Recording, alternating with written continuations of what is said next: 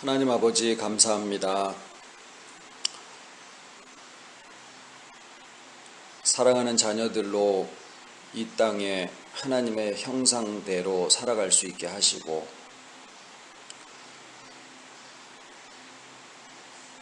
우리가 하나님을 알지 못할 때라도 그 안에 하나님의 형상들을 또 담고 살게 하심으로 세상을 아름답게 볼 수 있는 마음들을 허락하여 주심을 감사를 드립니다.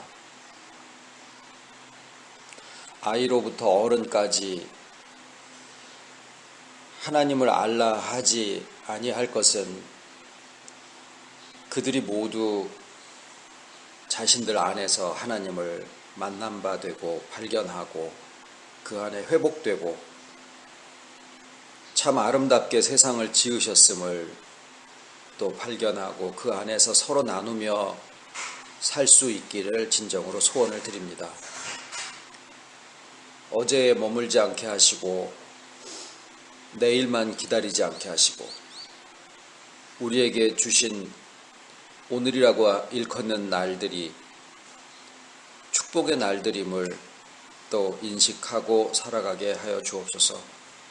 이 시간에도 주시는 모든 말씀 가운데 또 삶에 대한 새로운 깨달음이 있는 귀한 시간 되게 하여 주시옵기를 소원을 드리오며 저희들의 귀한 육체까지라도 아버지께서 이미 구속하신 바 되셨사오니 우리 사랑하는 박 권사님 또 최 장로님 강건한 모습으로 또 회복시켜 주시고 함께 뵙게 되기를 또 기도를 드리오며 모든 말씀 예수님 이름으로 기도드립니다. 아멘. 오늘 하나님의 말씀은 요한복음 19장 23절로 24절입니다. 군병들이 예수를 십자가에 못 박고 그의 옷을 취하여 네 깃에 나눠 각각 한 깃씩 얻고 속옷도 취하니 이 속옷은 호지 아니하고 위에서부터 통으로 짠 것이라. 군병들이 서로 말하되 이것을 찢지 말고 누가 얻나 제비 뽑자 하니 이는 성경에 저희가 내 옷을 나누고 내 옷을 제비 뽑나이다 한 것을 응하게 하려 함이러라.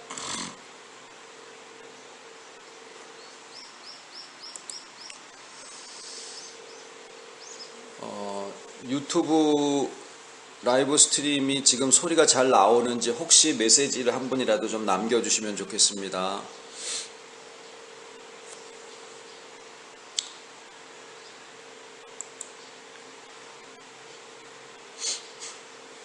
아침에 주일학생들한테 물어봤습니다. 우리 교회가 어디 있냐? 오늘 아침에 모인 학생들은 광주와 연결되었었는데 광주라고 하기도 그렇고 여수라고 하기도 그렇고 그래서 여기 이 자리입니다 라고 대답이 나왔어요. 그래, 이거는 참 장소의 문제는 아니다. 그러면 우리가 어디에 가서 있어도 우리가 교회다. 거기에도 공감을 해요. 그러면 교회가 있으려면은 제일 중요한 게 누가 있어야 될까? 사람이요. 그 다음에 뭐가 있어야 될까? 그랬더니 헌금통? 이런 얘기도 나오고 그랬습니다. 오늘은 제목이 영원한 교회의 형태라는 제목으로 말씀을 나누겠습니다.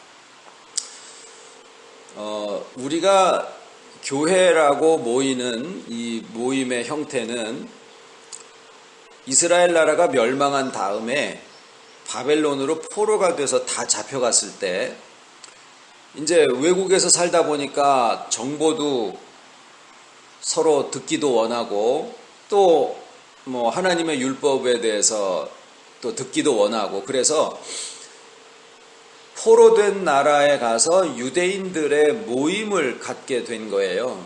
그걸 회당이라고 그럽니다. 그래서 그 회당에 모여서 매주 한 번씩 이렇게 성경도 누가 읽으면 그것에 대해서 이제 설명도 듣기도 하고 또 뭐 이런저런 정보도 얻고 그래 된 거죠. 그것이 오늘날까지 이어져서 이것을 교회다.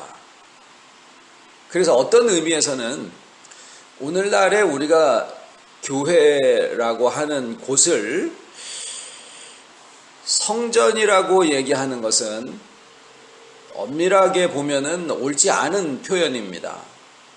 성전이라고 되어 있을 때는 거기는 예배 드리는 장소가 아니라 제사를 드리는 장소였었어요.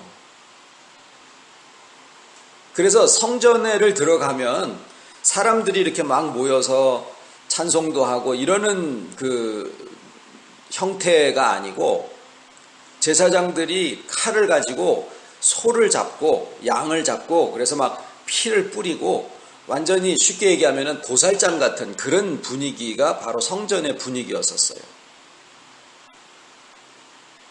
그 전에는 성막이라고 하는 이스라엘 백성들이 광야에서 사막에서 40년 동안을 살았었죠. 40년 동안을 200만 정도 되는 사람들이 멸족되지 않고 40년 동안을 그렇게 살았다라는 자체가 역사적으로 유례가 참 없고 뭐 기적이다 이렇게 얘기를 해보면 할 말이 없지만 참 그런 상황을 성경에서 우리가 늘상 들어서 그렇지 실제로 그런 일이 만약에 있다라고 하면은 참 대단한 일이에요. 거기에서는 성막이라고 텐트였습니다. 텐트. 물론 하는 역할은 똑같아요. 성전과 성막이 하는 일은 같아요. 짐승을 잡는 거죠. 그러니까 아까 말씀드린 대로 마치 도살장 같은 그런 텐트가 하나 진 중에 있었던 거고 우리가 지금 얘기하는 주일이 그때 당시에는 토요일이었었죠. 안식일. 그래서 토요일 날 사람들이 뭘 하느냐? 안식을 했어요. 안식. 그거는 뭐냐면요. 교회를 간 게 아니라 집에서들 있었어요. 그러니까 이게 형태상으로 보면은요. 주일이 만약에 안식일이라 그러면 이스라엘 나라의 옛날식으로 하면 교회를 가는 게 아니라 집에서 쉬어야지 되는 게 그때 당시에 법이었어요. 그러니까 어디를 가면은 안 돼. 집에서들 다 쉬어야 돼. 일도 하지 않고. 우리가 지금 아주 그냥 주일이면 교회 가고 또 모이면 예배 드리고 말씀 듣고 이런 형태가 성경상으로 갖추어진 것은 그리 오래되지 않았다라는 거죠. 그 전에는 예배의 형태가 아니라 제사의 형태고 또 안식일은 교회에 오는 날이 아니라 집에서 쉬는 날이었다. 그게 하나님의 뜻이었더라라는 거죠. 하나님의 복음과 뜻, 법 이런 것들은 변하지 않아야 된다라는 우리의 기존의 개념대로 생각해 보면은 믿는 사람들이 교회와 예배와 주일과 이런 것에 대해서 갖고 있는 생각들이 너무나 좀 편파적이고 일방적이지 않는가라는 그런 생각을 해보게 되는 부분들이에요. 제도가 복음의 본질은 아니다라는 거죠. 형태도 마찬가지라는 거죠. 오늘날의 사회가 굉장히 변합니다. 사회가 변하면 사람들의 삶의 형태도 달라지죠. 50, 60이면은 사회에서 이미 축출되기가 일쑤예요. 자기 개인 사업을 하지 않는 이상은 하나의 체제적으로 되어 있는 조직 하에서는 50 넘어서 60 가까이 되면은 나가라 그럽니다. 근데 사람은 80, 90이 되도록 최소한 75세까지는 경제 활동을 해야 되는 그런 구조를 만들어졌는데 실제로 직장 생활을 하는 곳은 그거를 못 받쳐준다 그 말이죠. 그러니까 약 10년에서 15년 정도의 공백이 지금 붕 떠버렸어요. 자, 이런 구조 속에서 교회는 여러분 주 5일제로 근무제가 바뀐 다음에 교회가 득을 많이 봤을까요? 상관이 없을까요? 손해를 엄청 봤다라고들 분석을 해요. 왜? 교회 대충 한 달에 한 2번 정도 오던 분들이 교회 안 오고 전부 다 영동고속도로 타고 강원도 쪽으로 놀러가. 그러니까 교회가 새로 나오는 사람들이 별로 없어지는 거예요. 이게 사회 구조하고 교회하고 무관하지 않습니다. 굉장히 직접적으로 연결되어 있어요. 옛날에는 최초의 교회는 뭐냐? 에덴 동산, 그 다음에는 노아의 방주, 성막, 또 이스라엘 왕조 시대 때는 성전, 포로 시대 때는 회당, 어느 형태도 같지 않습니다. 역사가 바뀌고 사람들의 삶이 바뀌면 거기에 따라서 교회의 형태는 굉장히 다양한 형태로 바뀌어져서 오늘까지 왔다라는 거예요. 저희가 지금 예배드리는 이런 형태의 인터넷 교회가 그리 많지 않습니다. 유튜브로 예배를 드리는 분들의 숫자가 점점 많아지고 있어요. 옛날에 교회는 꼭 어떤 장소에 가서 모여서 같이 얼굴 보면서 밥도 먹고 이래야지만 되는 거라고 생각을 했죠. 많은 교회가 지금도 그렇게 합니다. 근데 교회가 대형화되면은 같이 밥 먹는 거는 일단 어려워요. 10,000명이 모여서 같이 밥 먹는 거 어렵습니다. 그래서 교회 형태가 바뀌면은 그 안에서 생활하는 사람들의 신앙생활의 형태도 달라질 수밖에 없는 거예요. 저희가 지금 찾고자 하는, 오늘 이 말씀 속에서 찾고자 하는 것은 뭐냐면 교회의 본질이 무엇일까라는 거지, 교회의 형태에 대한 얘기를 하는 게 아닙니다. 우리가 사는 사회가 바뀌고 생활들의 변화가 일어나면 저희들의 교회의 형태도 많이 달라질 가능성은 얼마든지 있습니다.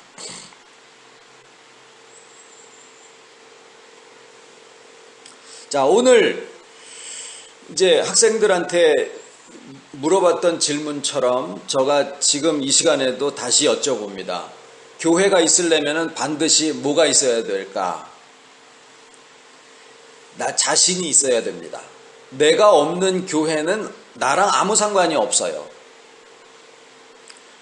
그러면 모든 사람이 다 자기 자신을 교회라고 생각할 것이냐? 그러면 좋겠습니다만, 두 번째 필요한 것이 뭘까?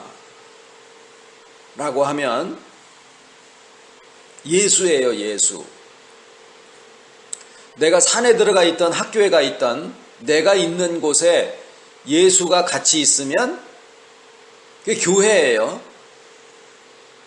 그래서 오늘 말씀에 교회의 본질에 대한 말씀을 좀 담고 있는데, 예수님이 십자가에 돌아가실 때 그 옷을 다 그냥 벗겨버리죠. 그리고 막 피투성이가 다 됐어요. 근데 예수님이 유대인들이 보통 입던 옷이 두 가지 종류인데, 하나는 겉옷, 하나는 속옷이에요. 근데 겉옷은 어떤 형태냐면 이렇게 지금 우리가 입는 양복처럼 팔다리가 있고 목이 들어가는 자리 있고 단축깨는 이런 게 아니고 펼쳐 놓으면 그냥 담요예요, 담요. 근데 그 담요가 굉장히 비쌉니다. 아마도 사막지대를 살아가는 사람들이기 때문에 어디 먼 길을 가다가 무슨 모래바람 같은 거를 만나거나 그러면은 그거를 뒤집어 쓰고 자기 자신을 보호할 수 있는 그런 기능까지도 있어요. 그리고 사막에서 밤에 기온이 막 영하 40도 이렇게 막 떨어지는 그런 곳에서도 그거 하나를 뒤집어 쓰고 잠을 잘 수 있는, 예수님도 40일 동안을 광야에서 금식하실 때 텐트를 가져가신 게 아니라 그 겉옷을 그냥 뒤집어 쓰고 그 안에서 자고 이렇게 충분히 하셨을 거를 예상해 볼 수 있죠. 그래서 그게 비싸요. 우리 돈으로 하면은 한 어떤 거는 5, 60만 원 정도 나간다고들 그래요. 20만 원에서 한 50만 원. 그러니까 이거를 병정 넷이서 잘라서 한 쪼가리 한 쪼가리를 가졌다고 그렇게 기록이 돼 있죠. 그러니까 네 쪼가리를 잘라서 한 쪼가리를 가져가도 집에서 충분히 식탁 받침이나 또는 무슨 앉아서 깔개 정도로 활용할 수 있는 그런 아주 튼튼하고 천 재질도 좋은 그런 것들로 만들었었다라는 거예요. 반면에 속옷은 뭐 팬티 이런 게 아니고 그냥 겉옷이 좀 딱딱하니까 속옷은 그냥 좀 날창날창한 기지로 만들었는데 이게 꿰매서 만든 게 아니라 위에서부터 둘둘둘둘둘둘 다 짜가지고 우리나라로 치면은 뜨개질 같은 거로 해서 짜서 만든 거예요. 이게 통이에요, 통. 밀가루 푸대 같은 그런 식이에요. 뭐 바지에 가랭이가 이렇게 따로 있어서 다리 들어가는 자리 이런 건 없고 그냥 뒤집어 쓰면은 그냥 굉장히 옷이라는 게 간편한 그런 구조로 돼 있어요. 자, 여기서 이 옷이 뜻하는 바는 무엇이냐? 이제 여러 가지 이유들과 사회적인 뭐 지금 경제적인 내용과 문화적인 생활 습관에 대해서 말씀을 드렸습니다만은 성경에 나와 있는 예수님과 연관된 것들은 그런 사회적, 문화적, 생활적인 의미 외에 그 안에 담겨져 있는 복음적 의미가 상징적으로 그 안에 담겨져 있습니다. 그게 성경을 해석해 나가는 일반적인 규칙이에요. 그러면 여기에 예수님의 옷이 뜻하는 바는 무엇이냐? 오늘날 우리가 예수님의 옷을 뭐 취한 사람들도 없고 예수님을 한번 본 적도 없고 그런데 이 기록을 우리한테 남겨주신 이유가 뭐냐? 여기에 오늘날 교회가 뭐 엄청 많죠. 다 공통적으로 뭘 증거하냐면 예수를 증거하는 거예요. 예수를 증거하면 교회야. 방법이 다 다르죠. 교리가 달라서 장로교도 있고 감리교 뭐 다 다르죠. 그런데 어쨌거나 예수를 증거하면 교회예요. 그런데 오늘 이 로마 병정들이 한 행동, 겉옷을 넷으로 쪼개서 하나씩 가져가고 속옷은 오려버리면은 이게 가치가 없어져 버려요. 그래서 제비 뽑아서 누가 갖나 제비를 뽑아서 한 사람이 갖자.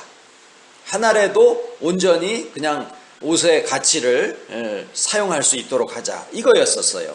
그러면 이 두 가지의 옷이 겉옷과 속옷이 이렇게 로마 병정들에 의해서 나누어지고 제비 뽑아서 한 사람이 갖는다라고 하는 것에 대한 신학자들의 대략 공통적인 해석의 방식이 영적인 상징의 의미가 뭐냐면 예수님을 어떻게 보느냐라는 거예요.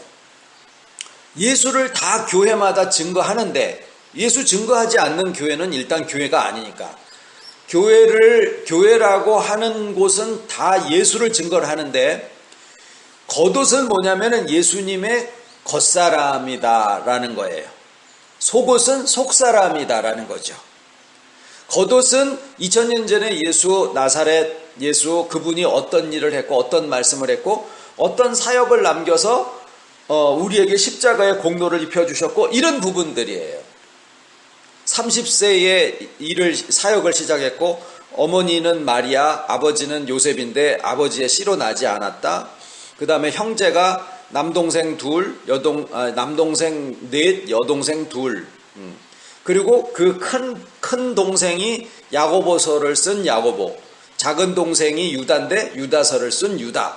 이 정도가 이제 예수에 대한 2000년 전의 신상 명세예요. 공부 많이 안 했어. 가방끈이 짧아. 그래서 바리새인들이랑 막 토론을 할 때 너가 배우지 않았는데 어떻게 글을 알며 뭐 이런 말들이 나옵니다. 예수님은 그냥 일찌감치 세상을 통해서 모든 걸 배우고 또 하나님의 지혜로 뭔가를 깨달으시고 이제 이르셨던 것 같아요. 자세한 얘기 안 나옵니다.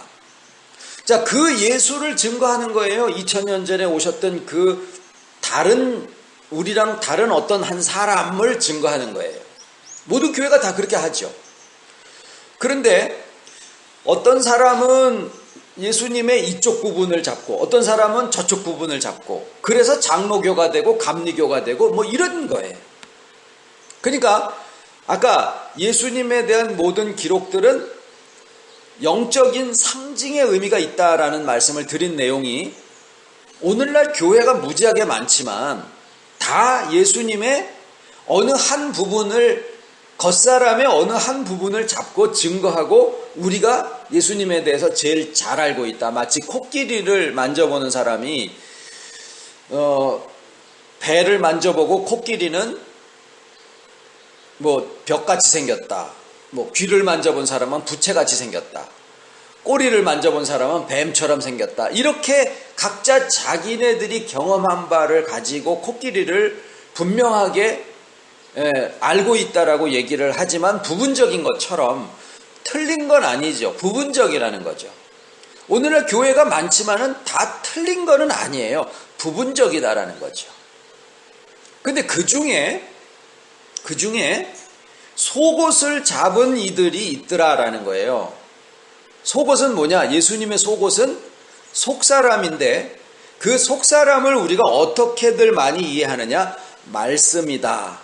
왜? 위에서부터 통으로 짜서 밑에서부터 풀어 올라가야 된다. 그래서 성경을 풀면 그 성경을 푸는 사람이 마치 예수님의 속옷을 잡은 사람이 된다. 그래서 똑같은 예수를 증거하더라도 겉옷을 잡은 줄거리가 있고 속옷을 잡은 줄거리가 있다라고 우리가 배우고 그렇게 가르쳐 왔던 것이 지금까지예요.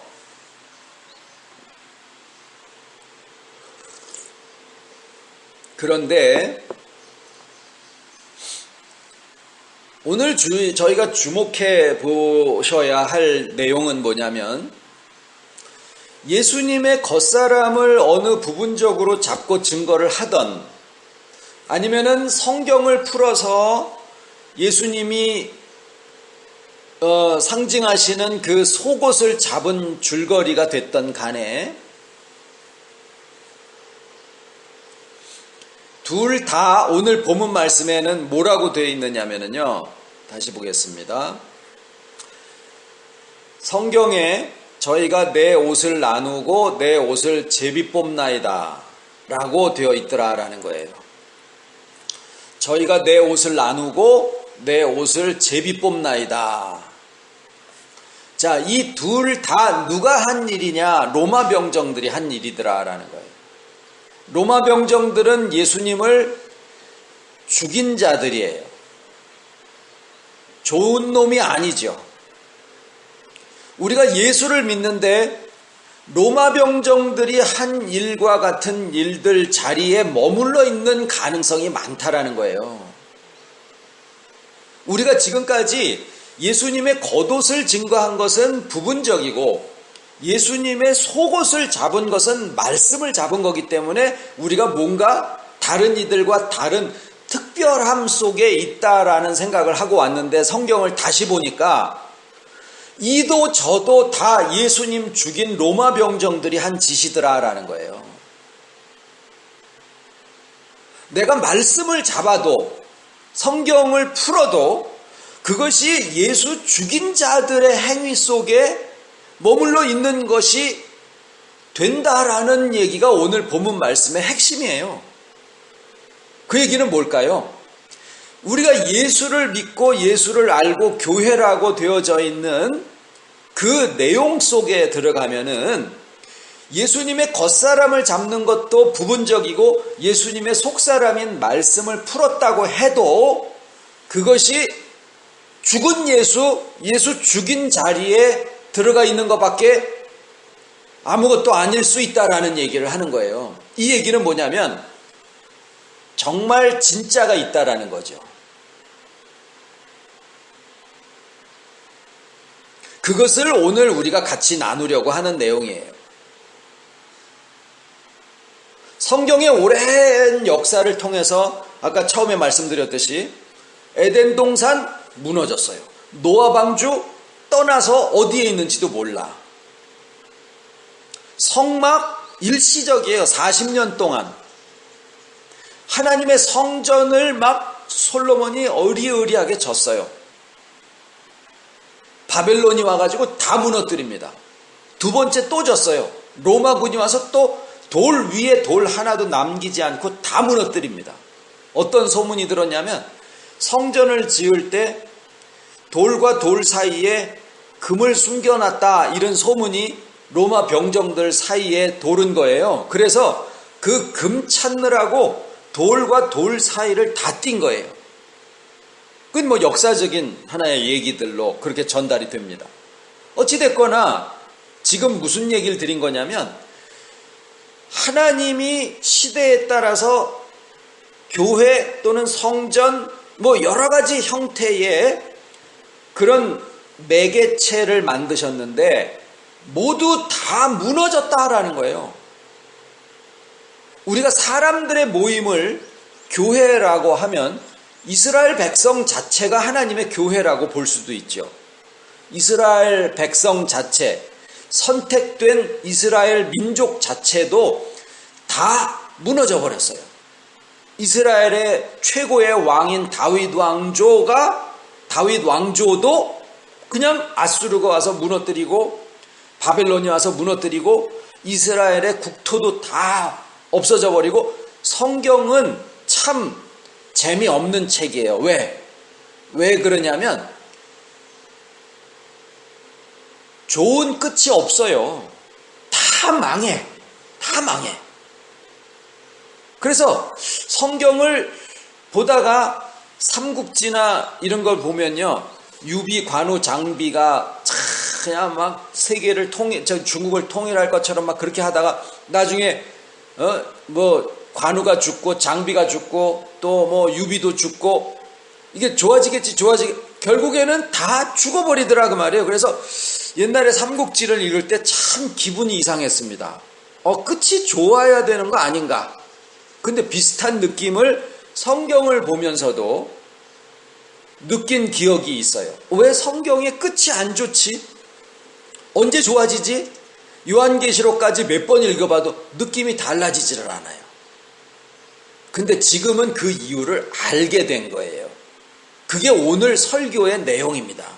그게 뭐냐면요, 교회를 뭐라고 정의하느냐, 굉장히 많은 정의와 내용들이, 설명이 있죠. 근데 우리가 다 잘 아시는 바로는 교회는 그리스도의 몸이요.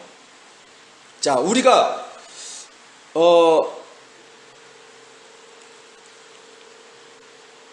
눈이 있어야 세상의 형태와 색깔을 볼 수가 있어요. 눈이 없으면 세상의 색깔도 있고 형태도 있지만 우리가 그것을 인식할 수가 없지요.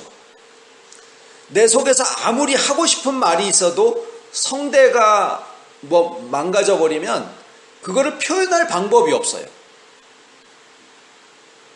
생각이 아무리 많아도 글이나 말이나 표정이나 행동이나 어떤 것이 몸이 없으면 그것을 바깥으로 표현할 방법이 없는 거예요.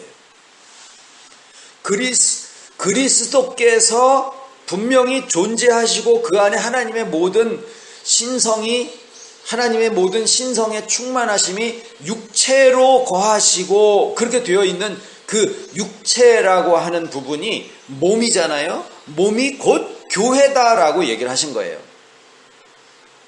그러면 교회가 건물이냐? 우리 주일학생들도 저희 교회는 건물이 교회일 수가 없어요. 왜? 교회가 건물에서 우리가 예배를 보는 게 아니니까. 자기네 집에서 예배를 보니까. 그러니까 나 있는 여기가 교회다. 그러면 내가 어디에 가면은 거기가 교회다. 결국은 뭐예요? 자기 자신이 교회다라는 거를 우리 학생들도 이해를 했어요. 내가 교회네. 그러면은 내 몸까지라도, 또 우리가 모여 있을 때 그 모임까지라도 그리스도의 몸인 교회다, 이렇게 되거든요. 몸인 교회예요. 에덴 동산도 교회였어요. 그리스도의 몸의 형태예요. 성막도, 성막을 연구를 해보면 성막 자체가 그리스도다. 거기에 있는 청색, 자색, 홍색 실로 뭘 하고 다 그리스도에 대한 얘기를 하고 있는 거예요. 그러면 그리스도를 이 시대에는 이렇게 표현하고 저 시대에는 에덴 동산으로 표현하고 또 다른 시대에는 노아 방주로 표현하고 이게 어떻게 돼요? 다 망하더라라는 거예요. 교회도 또 민족도 성전도 국가도 다 망하는 것으로 끝나더라 그 말이죠. 이게 성경의 역사가 증거하는 바예요. 자, 우리가 지금 교회라는 형태로 막 모이지요. 미국이라는 나라가 클린턴 대통령이 있을 때 경제가 이만큼 올라갔어요. 그게 그 사람이 정치를 잘해서가 아니라 전 세계에 있는 재화가 미국이라는 것으로 모였기 때문이요. 달러로 인해 가지고 이 사람 잘한 게 아니요. 근데 그건 뭐냐면요. 전 세계에 있는 재화를 그쪽으로 모으니까 마치 발전이 된 것처럼 보이지만 전 세계 시장 경제로 보면은 그냥 이쪽에 있는 거 이쪽으로 모았을 뿐이지 전체 시장 경제가 무너지고 있는 그런 체제거든요. 그러면 오늘날에 우리가 살고 있는 2019년의 교회의 형태는 뭐냐? 사람들이 조그만 교회 잘 안 나가요. 어디로 가느냐? 목사가 그래도 외국물도 좀 먹고 공부도 좀 하고 아는 유식한 소리도 좀 하고 검증되고 경제적으로 좀 깨끗하고 뭐 이런 교회에 막 구름대처럼 몰리는데 새로 예수 믿고 오는 사람들이 아니라 작은 교회에 다니면서 거기에 깊이 들어가면은 부담되니까 큰 교회에 가서 등록을 하거나 말거나 이런 사람들이 점점 모이는 거예요. 안전하니까, 편안하니까. 잘못됐다라는 게 아니에요. 우리 시대의 양상을 얘기를 해주는 거예요. 그리고 교회를 안 나가면서도 내가 믿는 사람이다라고 얘기하는 가난한 교인들 전에 한번 말씀드렸죠. 거꾸로 하면은 안 나가 이거잖아요. 안 나가는 교인들이 200만이라는 거예요. 새 터미는 뭐 한 30만 정도밖에 안 되는데 북한 탈북자는 30만인데 거기에 사역하는 사람들은 어마어마하게 많아요. 북한 선교하는 사람들이. 근데 교회 안 나가면서 집에서 자기가 교인이라고 생각하는 사람은 200만인데 그 사람들을 위한 목회는 없어요. 시대가 바뀌고 있다라는 거예요. 어쩌면 앞으로 교회 안 나가는 교인들이 1000만이 될 가능성도 있습니다. 지금 형태의 교회들이 우리가 살고 있는 세대와 그 다음 세대에 안 바뀌리라는 보장이 없어요.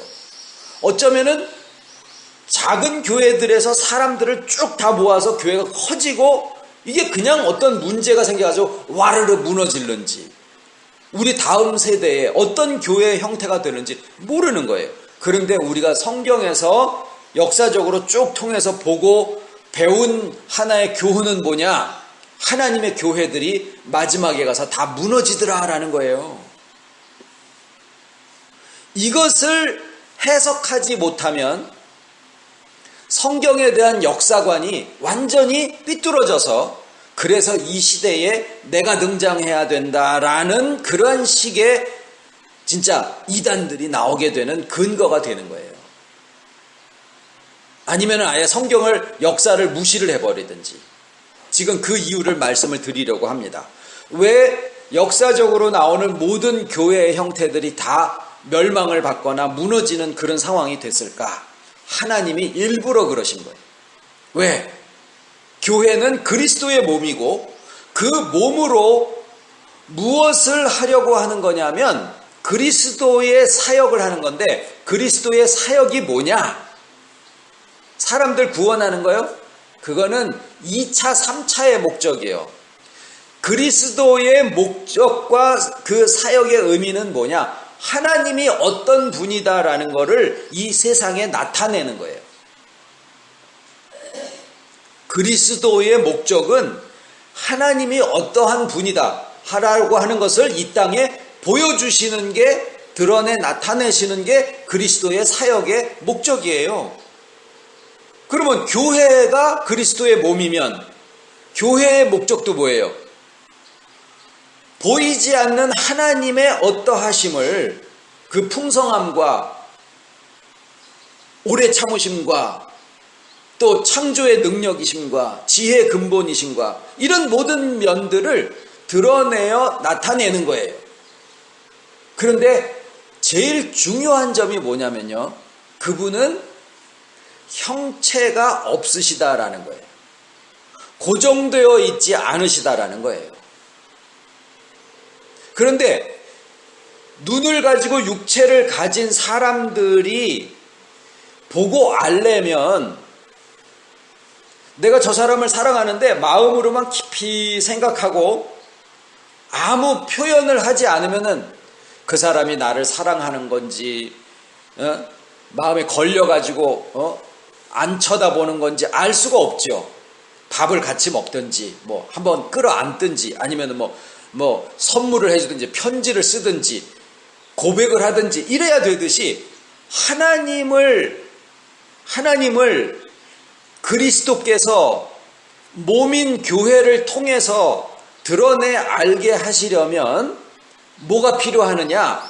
표현이 필요한 거예요. 근데 그 표현이 되려면 어떻게 돼야 되느냐? 성전이 지어져야 돼요. 솔로몬 시대에는. 모세 시대에는 성막이 그들 가운데 존재해야 돼요. 에덴 동산이 설치가 돼야 돼요. 그래야 거기에 짐승들을 아담이 이름을 짓고 하는 일들이 가능해요. 노아 시대에는 노아의 방주가 건축이 돼야 돼요. 60년 동안. 그래야 하나님이 구원하시는 것과 이런 모든 것들을 그 시대의 사람들에게 알려줄 수가 있다고요. 오늘날 우리 시대도 마찬가지입니다. 교회가 있어야 되고 모임이 있어야 되고 부흥도 돼야 되고 뭔가 병도 나아서 회복이 돼야 되고 인격의 충만함을 경험도 할 수 있어야 돼요. 그런데 근본적으로 교회가 그리스도의 몸으로서 하나님을 드러내게 하시려고 하는데 사람은 자꾸 어디에 머물러 있느냐면 드러난 하나님의 그 시대에 나타난 형체가 하나님인 줄 알고 거기에 머무르려고 하는 그런 속성이 인간에게 있기 때문에 하나님에 대한 것을 드러내어 나타내신 다음에는 반드시 그것이 무너지는 그런 과정을 겪게 만드시더라라는 거예요. 제가 지금까지 신앙생활을 해오면서 10만 명 교단, 몇천 명 교회 이런 데를 다니다가 한 분의 일생이 끝나기 전에 무너지는 일들을 겪다 보니까 무너지되 아주 철저하게 무너지는 거예요. 철저하게. 어느 정도냐면 증거로 남겨놓는 한 사람, 두 사람을 남겨놓고는 다 무너져 버려. 10만 명이 어떤 단기간 내에 무너지는데 진짜 한두 사람 남고 본질을 지키고 있는 사람 한두 사람 남고 다 무너지더라라는 거예요. 10만 명이 모여서 어떤 권세와 권위, 정통성 이런 거를 따지려면은요, 거기에 연관된 사람들이 어마어마할 텐데 무너지는데 삽시간에 무너지더라고. 어느 정도냐면 한 사람의 일상이 끝내기 전에 순식간이에요. 200년이 가는 것도 아니야. 몇천 명 되는 교회가 무너지는 것도 그러더라고 말이에요. 그래서 생각을 해보게 됐습니다. 성경을 근거로 왜 이런 일들이 벌어질까? 거기서 우리를 인도하셨던 하나님의 손길이 분명히 하나님이 하신 건데 왜 무너지는 일이 있을까라고 보니까 오늘 드린 그 내용이 바로 그것에 대한 대답이고 해석이에요. 우리가 대개 교회의 형태를 교회라고 생각을 해요. 그게 예수님을 제대로 잘 믿는 거라고 생각해요. 부분적이지만. 근데 그것도 죽은 거예요. 없어져 버릴 것들이더라라는 거예요. 그 다음에는 뭘 잡으냐면 말씀을 잡아요. 교리를 잡고 말씀을 잡아요. 그러면은 내가 말씀을 가지고 있으니까 나는 뭔가 본질을 잡았다? 아니더라라는 거예요. 그거는 속옷을 잡은 사람에 지나지 않아요. 그도 로마 병정이야. 그도 로마 병정 중에 하나예요. 예수님 죽인 자리에 있는 것뿐이 아니더라라는 거예요. 진짜는 뭐냐? 예수 그리스도이신 교회의 본질은 보이지 않는 하나님을 드러내 알게 하시는 건데, 그거는 형태에 있는 것도 아니고 조직에 있는 것도 아니고 말씀에 있는 것도 아니더라라는 거예요. 여러분들과 제가 지금 나누고 있는 이 말씀은요, 교리나 체제에 머물러 있기를 원하는 것이 아니더라라는 거예요. 우리 말씀은 뭐냐? 예? 야, 윤목사야, 네가 지금 몇이 되든 동분서주 하면서 다니면서 증거하고 있는 말씀을 뭐라고 한마디로 할래? 구속론, 회복론, 무슨 부활론, 여러 가지 이름을 붙일 수가 있겠죠. 정작 하나님의 교회의 본질은 형태도 없고 이름도 없다라는 거예요. 우리가 이것을 하나의 기준으로 가지셨으면 좋겠어요. 교회의 형태 바뀝니다. 사람들의 삶이 바뀌고 시대가 바뀌고 사회가 바뀌면 교회 형태 얼마든지 바뀔 수 있어요. 우리가 목숨처럼 지키고 있는 어떤 법들 바뀔 수 있습니다. 말씀, 교리, 2000년 된 말씀 속에, 기독교 교리 속에 그리스 철학의 잔재들이 마치 진리인 것처럼 담겨져 있는 것을 신학자들도 내버려둬, 목사들도 내버려둬, 교인들도 내버려둬. 그래서 그거를 다 의심을 해본 거예요. 그러니까 그 교리의 기본이라고 생각하고 있는 것들 속에도 문제가 많더라 그 말이에요. 하나님을 왜곡시켜 놓은 부분들이 많더라라는 거예요. 하나님은 죄 있는 인생과 함께 하실 수 없다. 그거 플라톤이 얘기한 이데아론의 흔적이요. 그게 복음이 아니더라라는 거예요. 하나님은 악인과 선인에게 비를 골고루 내려주셔. 교회에 있는 사람한테만 하나님이라고요? 아니에요. 내가 착하니까 하나님이 날 택하셨다고요? 웃기지 말아요. 하나님에 대한 이미지가 굉장히 많이 왜곡되어 있습니다. 중학생 하나를 만났어요. 목사님한테 질문할 거 없니? 첫 질문이 뭔지 아십니까? 하나님은 돈을 좋아하시나요? 그게 세상에서 생각하는 교회의 이미지더라라는 거예요.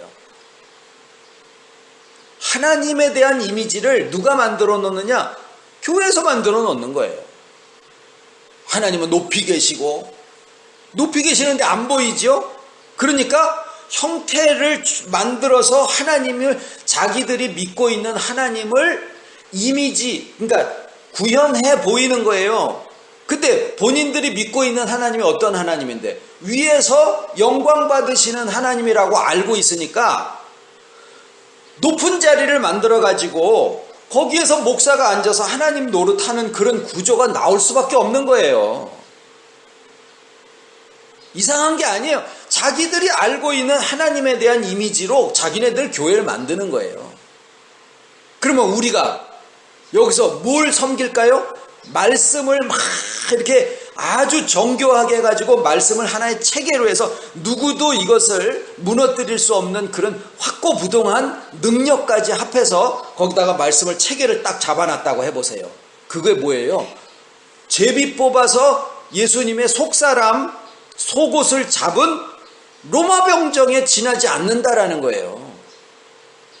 우리가 한 번 살아가는 세상에 예수를 믿게 됐는데, 예수를 믿으려면 제대로 믿고 죽어야 될 거 아니겠습니까? 뭔 예수를 믿을 거냐라는 거예요.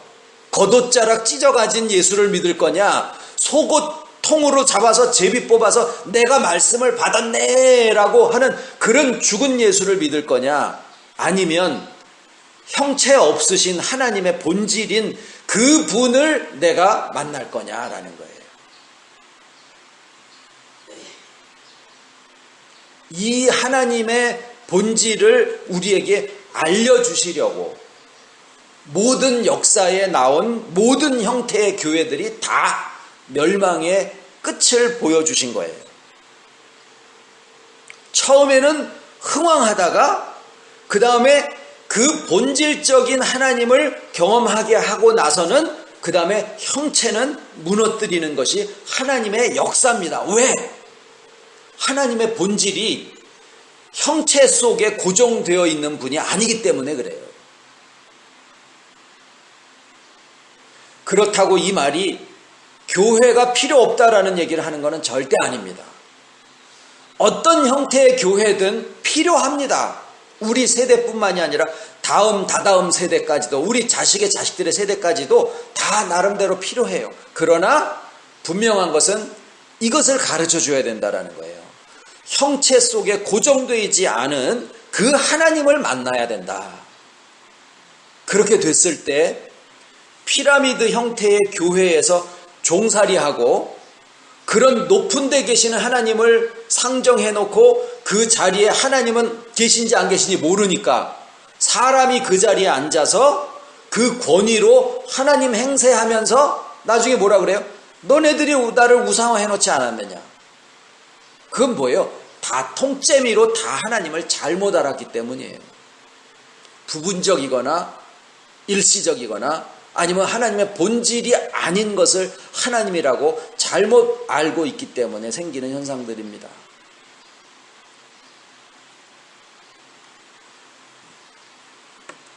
이 하나님을 만날 때 우리의 오늘이라는 삶에 예수님이 내 안에 계시다? 어떻게 확인을 합니까? 그냥 그러려면은 그런 줄 알아 이걸까요? 나를 구성하고 있는 많은 요소 가운데 예수께서 한 요소가 되어 계시는 거예요. 그러니까 궁극적으로 가서 보면 나 자신에게서 예수를 발견하고 하나님을 발견하고 내가 살고 있는 세상 속에서 하나님을 만나는 거예요. 이것은 결코 성경 몇 구절 외우고 몇 번의 설교로 그것을 해석하고 성경 공부를 몇 시간을 끝냈다고 해가지고 알아질 수 있는 문제가 아니라 우리의 평생을 놓고 묵상하고 생각하면서 자신의 삶을 놓고 생각하면서 무언가를 깨닫는 것처럼 이 부분에 대한 것을 우리가 터득해 나가는 그런 과정입니다. 내가 몇 년 신앙생활을 했고 교회에서 내가 어느 위치에 있고 뭐 어떤 증거를 가지고 이런 것도 다 부분적이고 하나의 증거로 보여주시는 것일 뿐이지 다 무너져버리는 속에 본질을 발견하게 되어 있다라고 하는 말씀을 오늘 나누어서 이것이 우리의 마음속에 정말 진리를 발견하고 그 진리의 삶을 살아가는 저희들의 삶의 하나의 어떤 이정표가 되셨으면 하는 그런 바람입니다. 기도하겠습니다. 하나님 아버지, 얼마나 많은 하나님에 대한 잘못된 오해를 만들어서 각자 자신 나름대로의 하나님을 만들어 믿고 있는지, 우리 또한 그 자리에 있었던 것들을 무너뜨리고 또 그 가운데서 눈 열어주시는 은혜 가운데 조금씩 하나님에 대한 것과 자신에 대한 것과 말씀과 세상에 대한 오해를 이해로 회복하게 하시고, 그러므로 과거의 영화를 그리워하는 것도 아니고 추억을 뜯어먹고 사는 것도 아니고 미래의 어떤 날을 기다리는 것도 아니고 오직 오늘이라고 일컫는 날 동안에 나 자신의 삶을 이미 모든 축복을 다 허락해 주셨다라고 하는 참으로 감사한 그러한 고백들이 저희들에게서 나오게 인도하여 주심을 아버지 감사를 드립니다. 너무나 많은 것들로 구성되어 있기에 회복이 과정과 시간이 필요하지만 좋은 일을 시작하신 우리 아버지께서 이미 많은 것을 보여주시고 알게 해주셨기에 또한 이 길을 계속 갑니다. 늘 지혜로 이끌어 주시옵기를 바라옵고, 말로나 지식을 자랑하지 않게 하시고 오직 우리의 인격을 통하여서 하나님을 드러낼 수 있는 참 믿는 자들이 되게 하여 주시옵기를 바라옵고, 저희들의 육체와 세포 하나하나까지라도 아버지의 구속 안에 두게 해 주실 것을 간절히 부탁을 드리오며 모든 말씀을 예수님의 이름으로 기도드립니다. 아멘.